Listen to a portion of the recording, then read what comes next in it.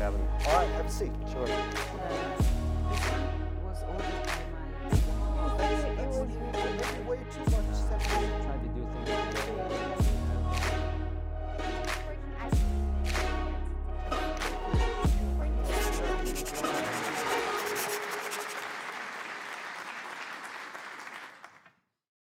Hello everyone, welcome to MNB World Talk Show. People say that it is very hard to achieve or succeed in anything after we hit 30. Well, today's guest has proved that it is all lie because he has found himself after he hit even middle age. Well, he is the co-founder of Dale Carnegie Training Center in Mongolia, Mr. Chinzorig Enkhtaivan. Hello. Hello. How are you? Fine, thank you. It's my pleasure to be here. Well, it is our pleasure to have you here. You have traveled over 40 plus countries and you did raise some funds, did some humanitarian work in some of them. Which one was the most giving country? Well, every country is they are giving something to us. Not only monetary, but it gives a lot of experience, lots of understanding, expanding our vision. But among them, I would say the country gave the most was the USA. I would definitely say. Because it's a country where there are a lot of nations, the people, they come together. It's a big melting pot because all the cultures are mixed together. We can meet like a lot of people from different cultures. And also as a monetarily, I raised fund in the US and they have a culture of giving, helping people.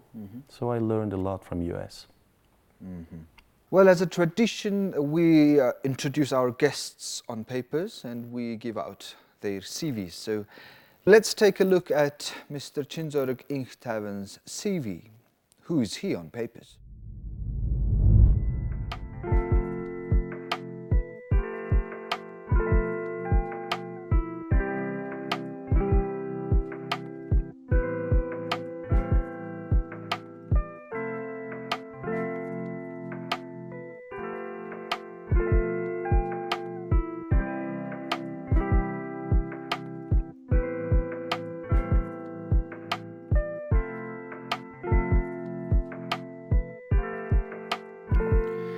Well, you used to sell cigarettes, you tried journalism. Well, you used to sell cigarettes when you were 11 years old. Oh, yeah. Tried journalism, tried studying in Korea. Well, when was the aha moment that you really found what to do in life? Your life goal? Or? The career path, actually, I have a very unorganized, unplanned career path. As you see, and I've been a chemical engineer, I've been a journalist, and I've been a tourist guide, I've been a translator, and also now I'm doing a business trainer. So for the career, I decided to choose a career, not the one which earns lots of money, because the core value was set when I was young. Because whoever who has a lot of money, of course it's good to have money, but money is not the ultimate thing, make people happy. And also that, because I was a very genius boy when I was young, but not only knowledge makes people also happy, then I decided to choose a path.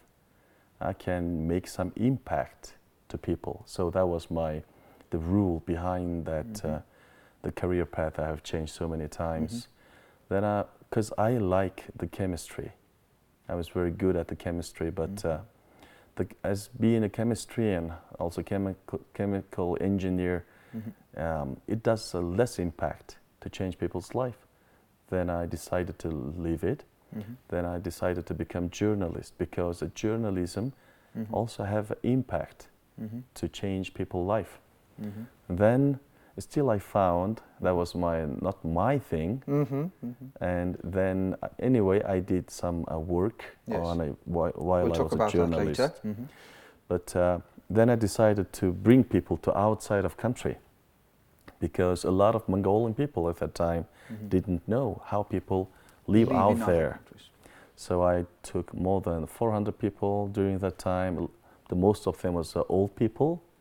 Took them out of the country, let them see the world, and changing their heart was one of my favorite thing. And the translation was, anyway, I did a lot of translation while I was doing a travel and the trainings. Then the last one, the business trainer, it's a good career because it has impact to change people's life.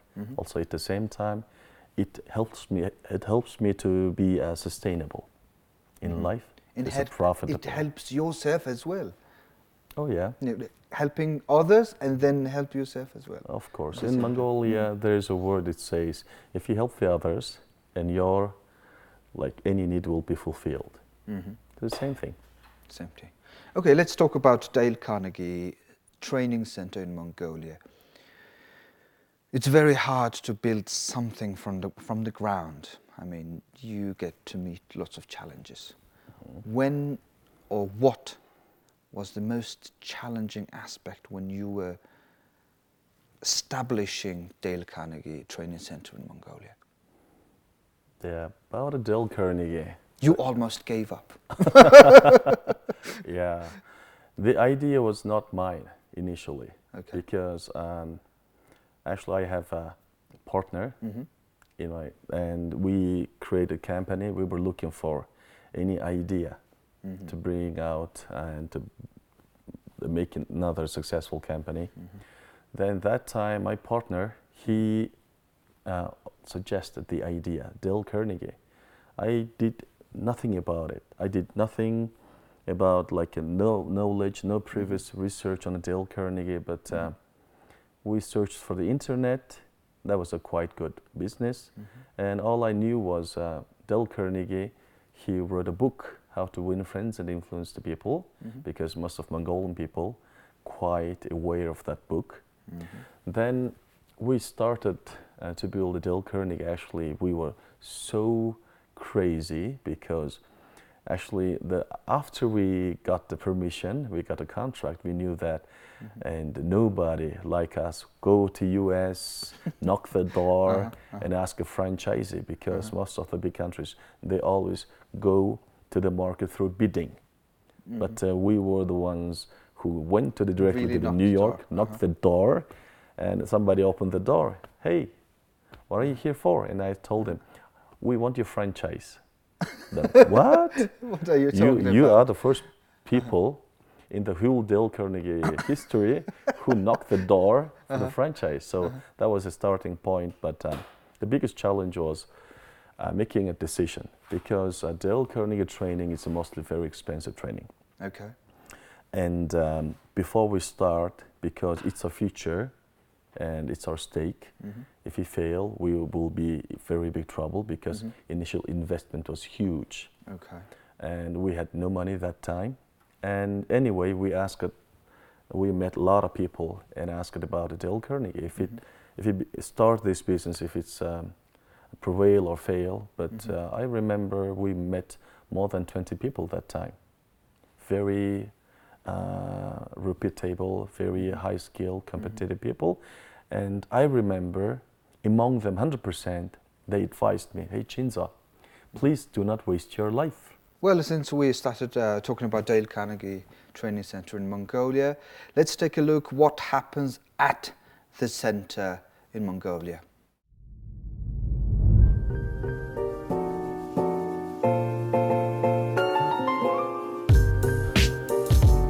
The fresh memory is coming because it's been about 14 years. I remember in 2014, I first came to this college. At that time, that was the very first participation of a journalist college. And this was my very first attempt, because I had participated in many trainings, many universities, but the very first time I graduated here.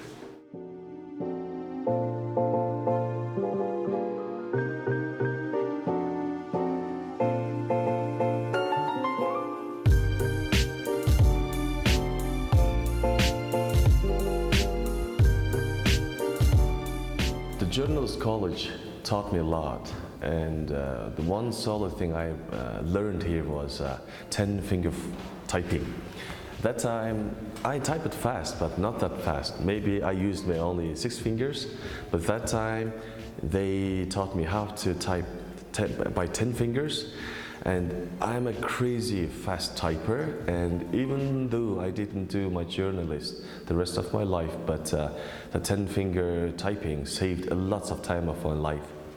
And one thing other I remember that the college taught me here was because in society people believe in all types of information without any filter, that the school that taught me that how to check about information, how to not believe in all informations, how to think very objective, how to think critically. So that college helped and taught me a lot, and I really appreciate, I'm grateful for that the time I studied here. But unfortunately, I didn't work as a journalist for a long time. I even had one of your classes, as you know. And what does Mr. Chinzorig want to learn? Deep down in my mind, I have some naughty wishes. Okay. Because a lot of people, I was told my voice is thick, and you should be. Why not? You become like a voice actor. Yeah, that's... And some people telling me that you should sing a song. Right now my voice is actually, it's gone because yesterday I had a very strong training. Okay. Anyway, so that was one of it's my It's still very thing. thick, very good. The women like these voices. Naturally they love it. Yeah, they do. Yeah, naturally, They right? sometimes tell me there's a study that, there. but anyway, I want to use that voice Uh-huh. for maybe the voice actor, Uh-huh. for movies, maybe translations, Audiobooks. audiobooks. Yeah, audiobooks are in trend. Wow. Yeah. Okay. So that's a new- the next wish. I want to develop myself, Yeah. but not too much in a business way. But Just as a hobby. I think that might be interesting. Yeah, just make your life interesting. Oh yeah. Well, talking about being interesting, you have a hobby, painting, and it's a very different kind of painting hobby, I'd say. Yeah, Painting is is more like it's the stress relief. stress relief hobby. Well, let's take a look at how he relieve his stress by painting.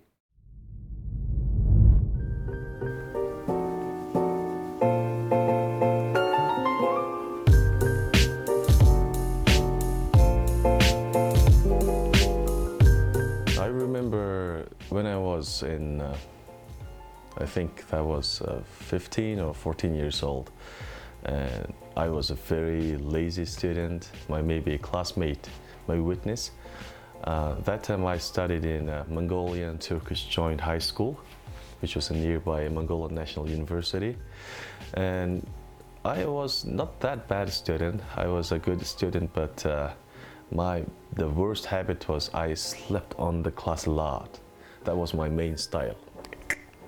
And the class teachers didn't like that much, and finally I understood I had to find some way out how not to sleep during the class. So I decided to paint, to draw something, and only by that way I could stay awake during the class. Then I started painting a lot. Started painting the Sandra Bullock on that notebook cover, and that worked well. Then I started painting my classmate, and then that worked. So then I became almost like addicted in drawing for a year. And when I see people on the street, I try to find out what was the precious that the eye angle, because everybody has some preciousness on their face. And some people has a beautiful eye, some people they have a beautiful nose, beautiful lips. And that time in the public transportation, in the bus, I try to find the spot where I can see the people's face reflecting on the window. then that was only the safest place because it's a rude to stare people to their eyes on the street. So, and I found out the beauty reflecting in the window of the bus, seeing people, and I really tried to paint them. The good thing here is the painting of the animation is a very, very good stress relief. This one is my last work now, which is very famous Japanese anime pictures. And whenever I have a time, I take my time, even in the work, in the home. Sometimes I paint it. So still, this is a habit I'm keen on to keep on myself. Welcome back. Today we are talking with Mr. Chinzorig Enkhtaivan, who is a co-founder of Dale Carnegie Training Center in Mongolia. Well, we've talked about Dale Carnegie, we've talked about your hobbies, and at the same time we haven't talked about the family. You're a father of three children. Yep. To you, what is the biggest or hardest aspect of being good dad and good husband? That's another tough question, though. I'm giving you tough questions. Oh yeah, you're giving a hard time. Anyway, so when I was young, because my family was not that exemplary family, so my decision was how to be a very good dad. I think I thought a lot, but in real life it's not enough. Actually, I'm really trying to be a good dad, but for the business time, for like trying to stabilize the life of family. So until now, I think my time investment was not enough to my children. So, but still, and being a dad is a not easy thing. We are learning through whole life to be a good dad. Good dad. But somehow it's a good thing is in a day by day we learn. And when I see my children and seeing my youngest one and oldest one, all three are different. So somehow, and I'm trying to make a space, a time more for my kids. So this really will start from this year. So start from this year? Yeah, because one thing, it's because frankly saying, and I cannot say I was a really good dad. It was a busy because the last 5 years were because of starting a new business, invested a lot of time, and trying to expand the network. So somehow this year everything becoming in a good shape, but not very late, and I have to start investing my time of kids. So I'm starting right now. Actually, I'm taking my oldest one to the Thailand because I have a plan to train in Bangkok. So I'm gonna take the oldest kid because we're gonna have 4 whole days only, my son and me, and I'm really planning. I'm really expecting a lot. We mentioned about it earlier, but we have to talk about it because your initial profession was a journalist. You said it, and you have the second one. Well, yes, the second one, and you've done some contents on the simple paths of different lives, and you've done 30 episodes. Tell us about it. It's very interesting and very humanitarian, quite successful content. Idea was not only mine, but the main idea was one of my senior brother who I respect in my life. And he shoot the idea was good because we want to bring some impact, change people's life. Then the only thing we could do was a documentary was a good one, but we want to change the genre because previously Mongolian documentaries mostly like somebody's reading bio, but we wanted to make it more dynamic, more real. Then the idea came through not showing the famous people because for simple people, already celebrities are too big gap. But we wanted to show the simple people. For them, looking at the people on the screen, wow, just like us, people are living this way. So why not me? That was the initial idea anyway. And I pursued that idea. It took about a year. And somehow that was a crazy project. There was a famous people who help us from the Mongolian National Television, and we made it.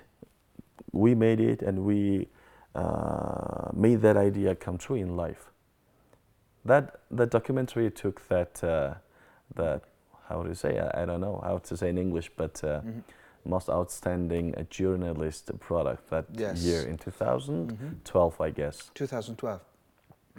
Well, we've prepared, as you know, and we've prepared for our audience that how you studied at the Press Institute and that time. So let's show it to our audience, shall we?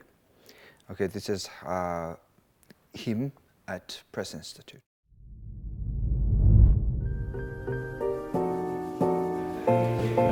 This is our office, and those are the books which we use on training, and we translated them, and we have 4 different types of a training, which is for self-development and also for leadership, sales, and public speaking. So we translate all those books, and those books are distributed when we give a training to the public. And here is a basic training room, and we have here then some refreshers, and also we have there, this is our presentation, and this is my working space. Every day I work here, and the most of the time the people are full of there. And back of our training room we have a working office, and this is all of our employees, and we are not so big team, we're quite tiny. And this is a very normal day, and our people are here. Hey, say hi. Hey. Hello. And my team, and that's my seat. So when I'm here, I sit there, but mostly I don't sit and I work out. I work with the people with the trainings, and my people. So this is very basic working a day, and one person I have to introduce, because Dale Carnegie Training, and I worked with this gentleman, Mr. Enkhtaivan, and he was the person we brought this business to Mongolia. And before we had a tiny company called the Career Aid, and during that time my colleague initiated and gave this idea, and we made this Dale Carnegie Training possible in Mongolia. So people call here our business is tiny, but it has a very big impact. And last year we counted how many graduates we have, and then the number was very nearly to 9,000. And this year we recounted, and we have a total more than 10,000 graduates in Mongolia. But here's one thing interesting. Before we start this business, and I went many that our senior mentors, and asked about if we bring this business to Mongolia, whether it will fail or whether it will succeed. But most of them, I would say 100% of them, advised us, if you bring Dale Carnegie to Mongolia, it will fail, because it's a very expensive training, so no one will study. But now in the 5 years we have 10,000 graduates.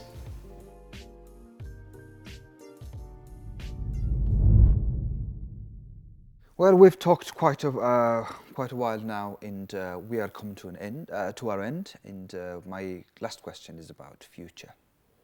We're always looking at the future. What is your future goal, personal future goal?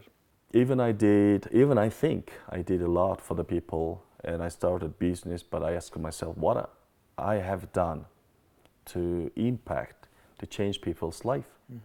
Then I became a good trainer now, and most of people know about me, but being a good trainer is also, my impact is actually limited. So I have counted in the last 6 years, I have delivered training more than 15,000 people. 15,000? 15, 1-5. And it seems a lot, but it's actually not enough. For you. Not enough. So, and I decided expand my impact.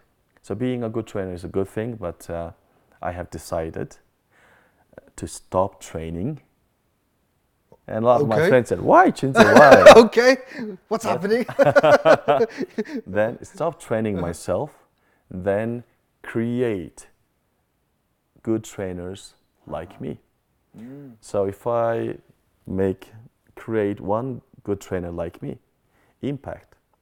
Maybe he might not be a trainer who is a crazily training, not like a 10,000 people. At least that person will do training for 2,000 to 3,000 people. Well, And the next vision is making good trainers in my country. At least 10, 20, why not 50, why not 100 good trainers? my very last question, what kind of future do you want for Mongolia? I want details. Give us some image. Image. Yeah, the first one, because Mongolian people, we have a very strong ego. Ego. Yeah, having ego is not a bad thing. But I really seeing in Mongolian future, Mongolian people understand their core value, who they are. It's not about I'm a son of Genghis Khan. It's not about that. But finding what we are capable of and how we can cooperate. And most of the things are actually trained through my training, but it's whether like with a training or without training, and people understand each other and always do not argue each other on the opinion. But if Mongolian people, they see the whys behind the argument and understand, compare the whys and also respect higher whys than ours, then Mongolian future will be so easy and life becomes very smooth and communication, there is no communication barrier. And also, secondly, I'm seeing that Mongolian future, and we are not doing business only in small pond because our population is limited. But I'm Very seeing, small market. yeah, and I'm seeing more businesses in international market. So if you have set the food out of the country, and this is a small market, can be filled so quickly. So, and for the new business people, for these young business people, I really encourage them to go abroad and go to the ocean, hunt the big fishes and the shark to Mongolia. And I'm seeing that future very bright. And one thing I'm very confident is I am the not generation who is making prosperity of Mongolia. My generation is, even I'm believing myself young person, but we are starting to be outdated. So I'm seeing a lot of a young generation coming out, and they have a different mindset. They have no hunger in the mind. They are already a field generation, and they will focus more on how to make a lot of money to myself, but they will concentrate how to be ambitious, but helping country prosper. So I'm seeing a Mongolian future very bright in 15 years. 15 it years. might be too long, but it eventually will come. And I will do my best to be alive after 15 years. So I have and to supporting from the bottom. and also Well, be it is. careful on the health. Oh, So yes. we have to be healthy to Healthy, see the bright prosperous. future. Oh yes, bright future. Well, thank you very much, and it's been pleasure talking to you. And I wish you good health and good luck with your future endeavors. Thank you very much, and wish you the success Thank for you. your television. It's a new one and a very young television, so I wish the best success. Well, we're trying the best. Thank you. Thank you. Well, this has been Mr. Chinzorig Enkhtaivan, the co-founder of Dale Carnegie Training Center in Mongolia. I hope you enjoyed our conversation and see you next week. Until then, goodbye.